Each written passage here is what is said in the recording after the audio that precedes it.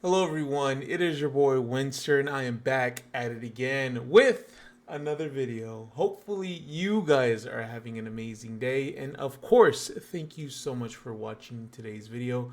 It does mean a lot. Shout out to my YouTube channel members, shout out to Thomas Mead, shout out to Staying Young. Thank you for the support. And for those who are curious about what a channel member gets you, it gets you early access to every single one of my full videos. It gives you the ability to decide what type of content drops on the channel. You guys get a full shout out on every single full video that drops on the channel. So thank you, and please consider. If you guys haven't done it, please hit that subscribe button and turn on the notification bell. That way you guys could stay up to date what drops on this channel. But there have been so many changes to the recent format, and I think now is a perfect time as ever to make a new deck tier list for the current October 2024 format, and since the release of Rage of the Abyss. If you guys enjoy this video, make sure you like, comment, and subscribe. But let's jump right into it today. Look in the background. You guys see it? You guys see it? The Supreme Brick. Let me show you. Let me show you. Look, guys.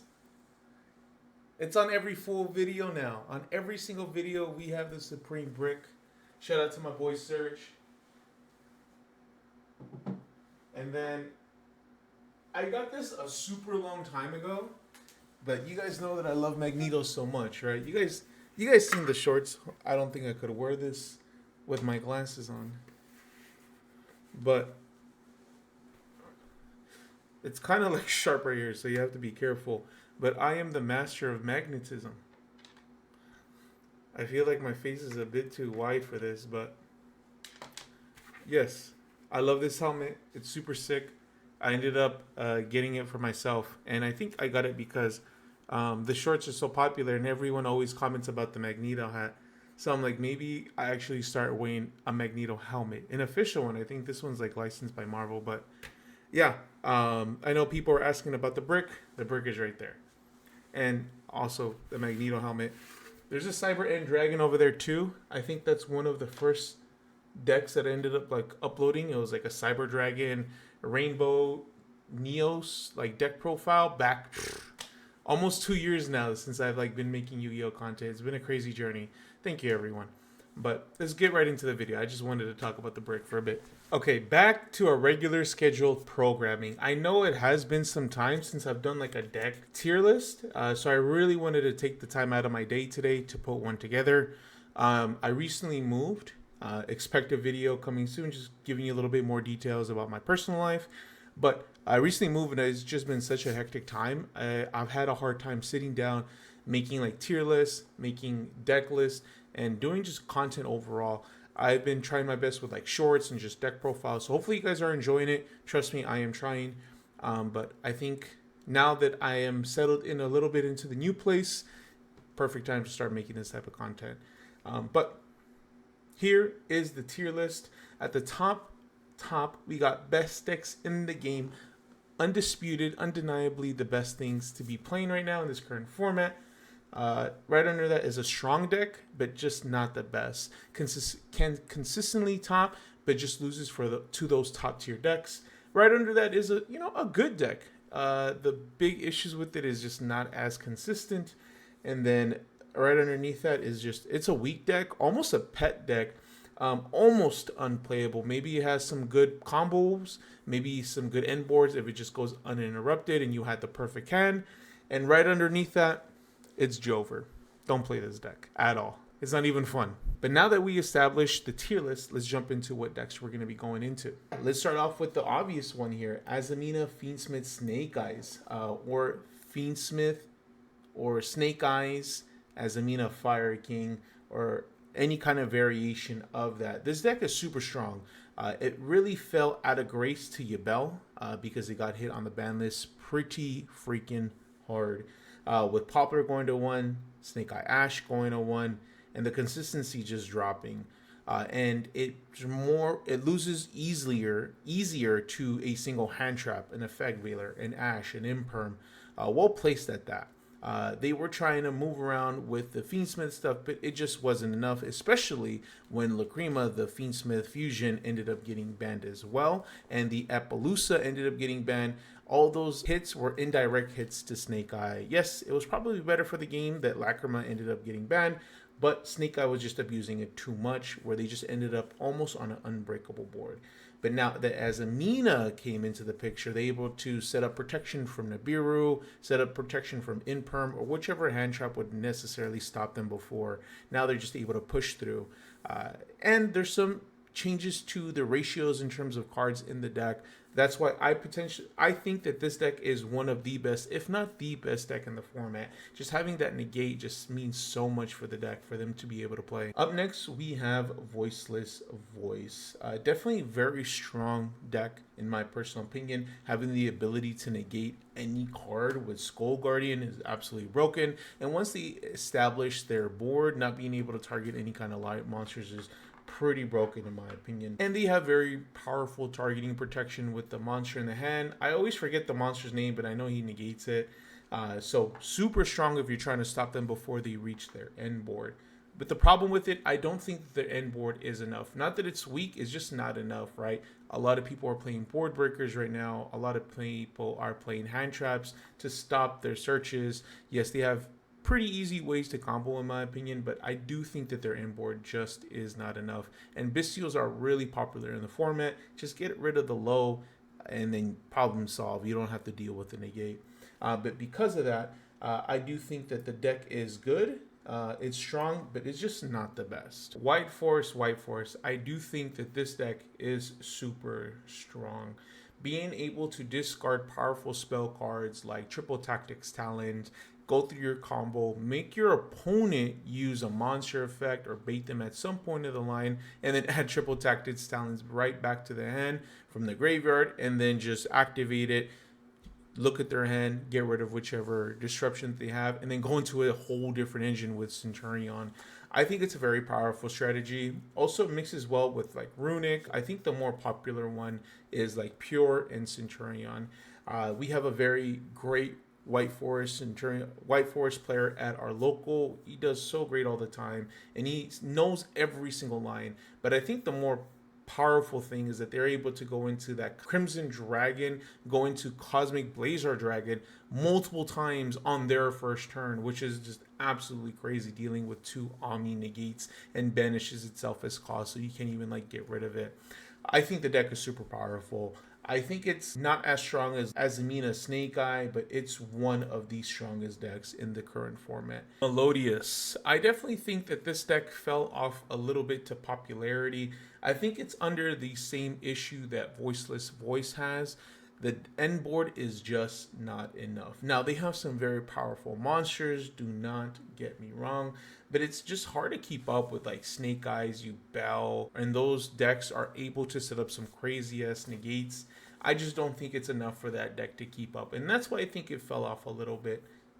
So I definitely think that this is a good deck, it's just not the best. Ritual Beast. Man, this deck is absolutely crazy. The ability to disregard Shifter when Shifter arguably is one of the best hand traps in the current format, stops all the top tier decks, and this doesn't even care about it. And in fact, they actually play it in their deck, and it's part of their combo because they don't care about anything being banished, which is freaking crazy. Something like that on paper sounds like, well, that's so minuscule. Who cares, right? If they could play under Shifter, but one thing to consider how strong Shifter is, where players just literally pass. And because of that, I do think that this deck does get catapulted to the top of a good deck, just not consistent. It's probably up top, somewhere up here, right before being a strong deck, but just not the best. It can lose to some hand traps, but I do think that their end board, a little bit not the best. And on Thunder Dragon Colossus, which is a pretty broken card, but it's pretty easy to get over with like a simple Imperm or just Nibiru at the end of their turn. We got Dark Hole, Harpy's Feather Duster, Raigeki, Lightning Storm Shifter, Turbo with Tempai. Is there really much to explain here? Obviously one of the best decks in the current format. The field spell had to be toned down, right? That's why they ended up limiting it to 1. but all the monsters just activate during battle phase. Usually, you don't have the ability to negate those types of effects because it has to happen in battle phase, and only certain things can activate in battle phase.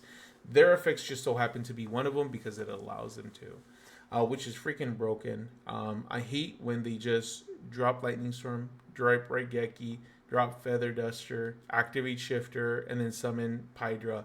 I'm like, bro, let's just go to the next game.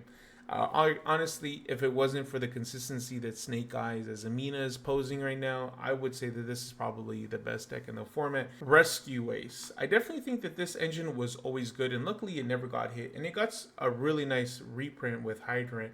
And crazy enough, that card is a little expensive for just the super rare. But with that being said, I definitely think that Rescue Ace is a good sub engine to like Fire Kings. So if you don't want to play Fire Kings and you don't want to play the huge burden that is Island in that deck, you could always play this. Set 4 very powerful spell and trap cards that are negate, destruction, removal, face down. Monsters can be linked. It's such a broken engine, and it's so simple, and it's summonable off of OSS too, which is freaking crazy.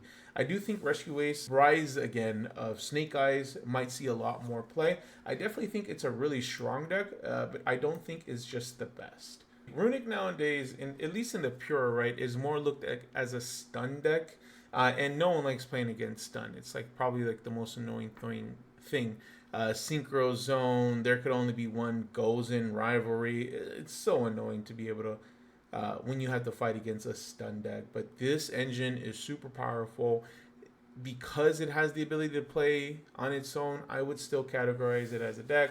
I just think it's like very consistent. It loses very simple to back row removal. Yeah, drop a duster on them and it's kind of over. They're not going to be able to attack. And they have a terrible matchup versus the Tenpai engine or the Tenpai versus Tenpai because, yes, they have powerful cards like Rivalry and Goes In, but that deck literally troubles out like Duster and Lightning Storm and Raigeki and clears the board that they need to clear, and Synchro Zone is still going to let them attack.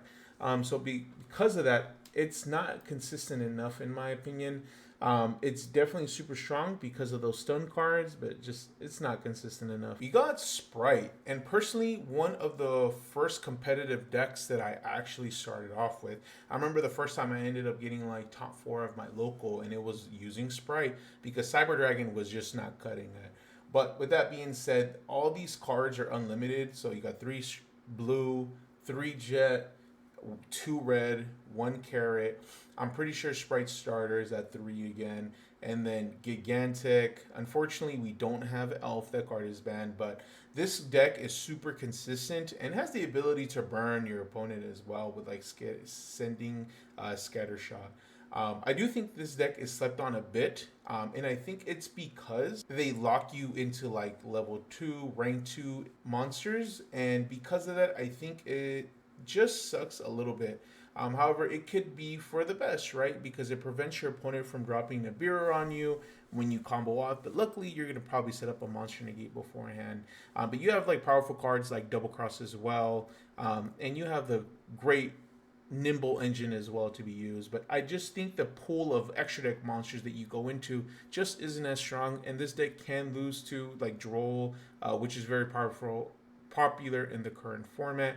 I think it's a really good deck. It's just not consistent enough. We got one of my personal favorites, Illusion Chimera. I definitely think this deck is super good. So you got a couple variants as Amina Chimera. You have Fiendsmith Chimera that's probably going to turn into Fiendsmith as Amina Chimera. I definitely think this archetype is one of my personal favorites because it was one of the first decks that I was just like winning events with, and I was really proud of myself, especially how strong Illusion I think Chimera is, where how many illusion monsters you use, you could attack that many times, and then it makes during the battle phase that monster 0, and you just keep attacking. It's because it's illusion; they can't be destroyed by battle.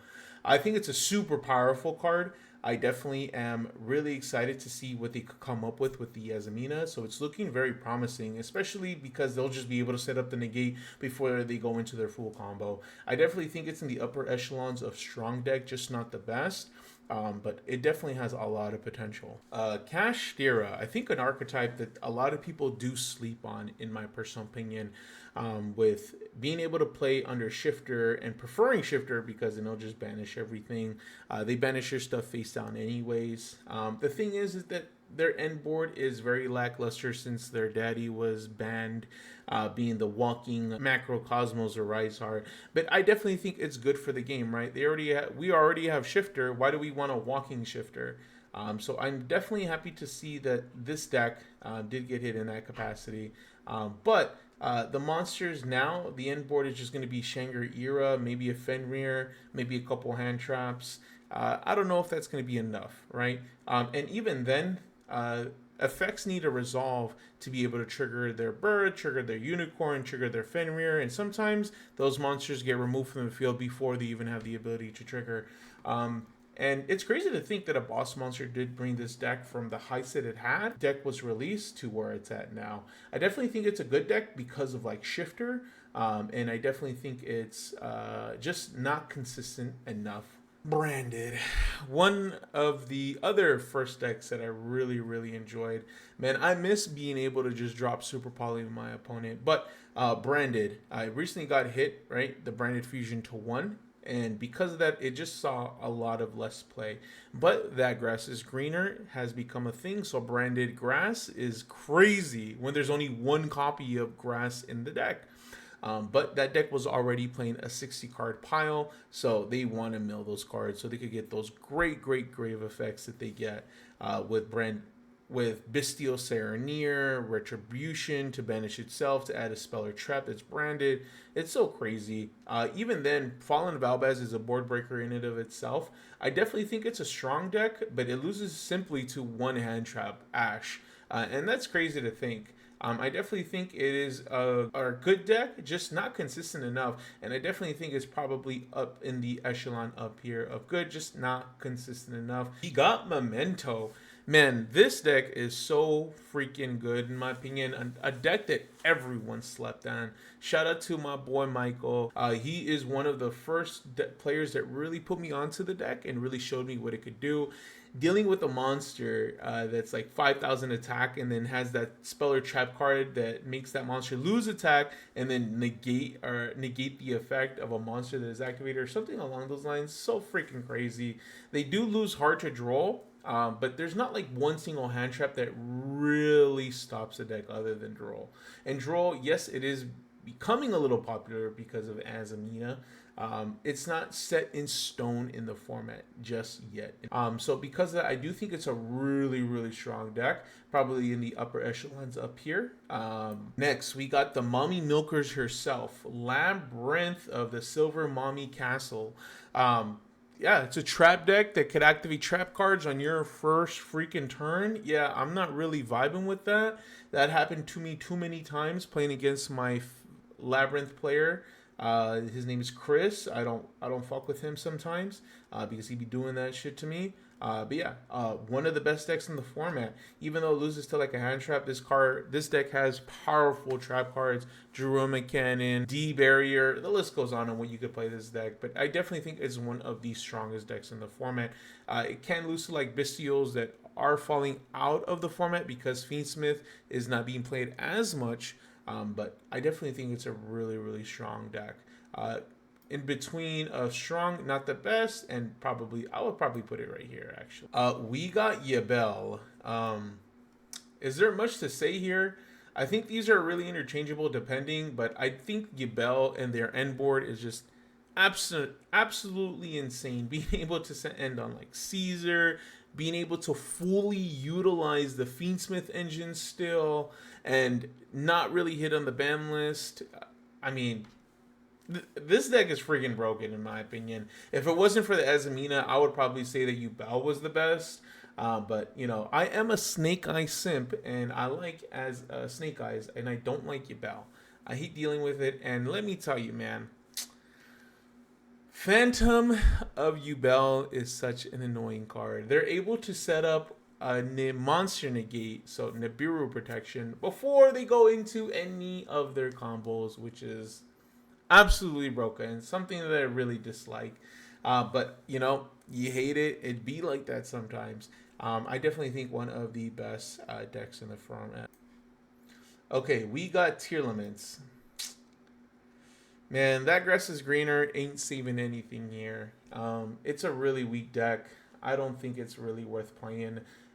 I would say it's almost Jover for this deck, but people like to simp, and that's okay. It's okay to simp, guys. Remember, but let's be realistic here. It is a weak deck because all the powerful millers are gone. There's still people who play it. Shout out to one of our locals.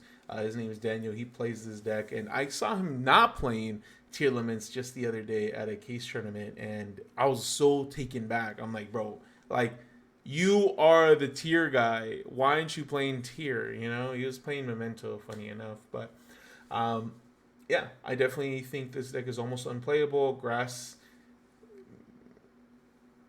may bring it back, but I don't know. I almost want to put it in Jover, but I don't want to say that. I would say it's probably a weak deck and almost unplayable. Another trap deck, Trap Tricks. I, I, why am I even playing with you guys, man? It's Jover, man. This deck is a little too weak. It could be potentially strong, but one single hand trap could literally just stop this deck. Unless they have like the absolute perfect hand and be able to go into the Ash Negate with Rafflesia, and they have to be playing the trap gate or the trap deck or the trap card. What is it called? The one that negates like graveyard effects and burns your opponent for 2,000. I forgot the card's name, but you guys know what I'm talking about. They have to set that before, and they could potentially stop like Nibiru as well. So, man, yeah, no, this deck is I love it, but man, it's Jover. Like, it's Jover. And then last but not least, we got Centurion. Centurion is still a very powerful strategy. The same thing that White Forest could do, this deck could do as well. Because they have the build. After White Forest does their whole combo, they go into the Centurion combo and then start going into Centurion plays. So Centurion naturally is a really, really good deck to go into Synchro 12s. And on top of that, they're able to play under Shifter. So something to really, really look at. One of the decks that I really had a lot of fun with when I was playing it, but that was before it got the recent wave of support with like Gargoyle, Artie, and I think the new synchro that just came out in Rhoda, I forgot it. It's called like Centuria Primera Primus or something like that.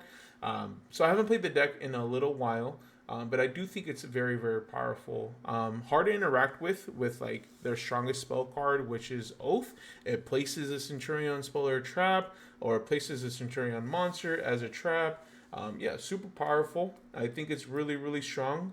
It can lose in the wrong places, but it's super strong in my opinion. There you guys have it. That is my tier list on the current best, at least relevant decks in the current format, October 2024. I want to get your guys' thoughts and opinions and feedback on this. How do you guys feel about my tier list? What do you guys think about my tier list? Is there decks that I missed that I should have brought up? Let me know in the comment section below. Hopefully you guys enjoyed today's video. Thank you so much for watching. Keep your eyes open for some up and coming videos and some announcements with like the 4K, with the new home. But I will check you guys out later. My name is Winster, and you guys have a great day. Peace out.